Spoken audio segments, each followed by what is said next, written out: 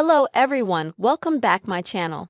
Elvis Presley was deeply dissatisfied with Hollywood, terrified of performing before comeback. By 1968, Elvis Presley had starred in over 30 Hollywood films, but the king of rock and roll was disillusioned after his dreams of being the next James Dean or Marlon Brando were derailed. Jason Hehir's new Netflix documentary, Return of the King, The Fall and Rise of Elvis Presley, explores the singer's personal dissatisfaction and iconic comeback. It features behind-the-scenes clips and new interviews with the late star's ex-wife, Priscilla Presley, and his close confidant/business partner, Jerry Schilling, among others. I have seen just about every documentary done on Elvis Presley, and I haven't seen too many that explore his journey in the 60s, Hehir told Fox News Digital. I was interested in exploring his decision to play in front of a live audience for the first time in 7 years. And 1968 was the biggest crossroads of Elvis's life. It made sense to take a deep dive. In the film, Presley is heard describing how frustrated he was about making cash-grab musicals versus taking on more serious roles. "Hollywood's image of me was wrong, and I knew it, and I couldn't do anything about it," said Presley. "I didn't know what to do. I just felt I was obligated to things I didn't fully believe in.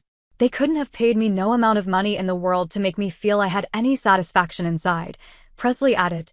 Presley's Hollywood career had gotten so low that the Grammy winner is heard singing the children's melody Old MacDonald Had a Farm in the 1967 film Double Trouble. "That to me is a crime," Priscilla, 79, said in the film while watching the scene. "It is a crime," she stressed, to put him in that situation and sing that song. It made him a laughingstock. And he knew it. Hehir said that Presley felt so defeated and trapped by his film career that he would at times get physically ill. He was deeply dissatisfied. "He couldn't get out of bed," said Hehir. "Many don't realize how disappointed he was. He was taking these movie roles and seemingly just taking the easy way out and cashing enormous checks. But it wasn't his ambition as an artist. It had always been a frustration for him. He couldn't even get out of bed because he was so starved for an artistic challenge.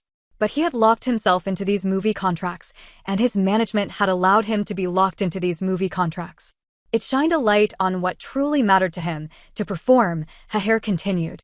"And I think that frustration of 7 years of not being in front of a live audience and instead just being on movie sets doing increasingly more mediocre films, a light bulb went off over his head. He wanted to do something for himself, not for his management. Not for movie audiences. He wanted to get back to the Elvis he wanted to be." The former teen idol was eager to reclaim his throne.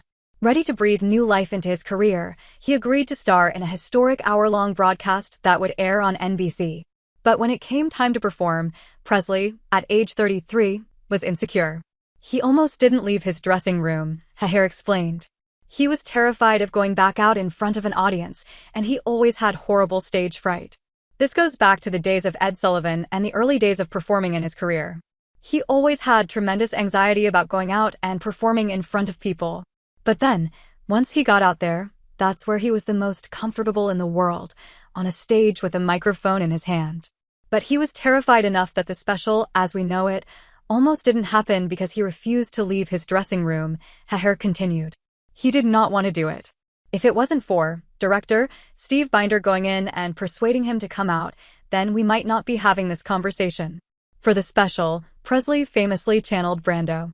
Inspired by the actor's role in 1953's The Wild One, Presley wore a black leather suit. Presley needed to show the world he still had it.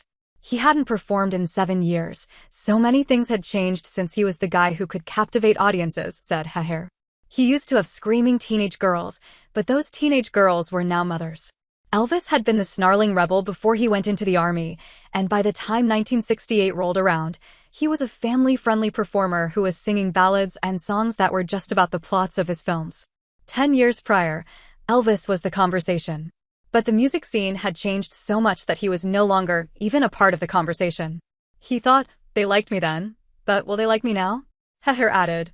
The special revived a career that many critics believed was long over.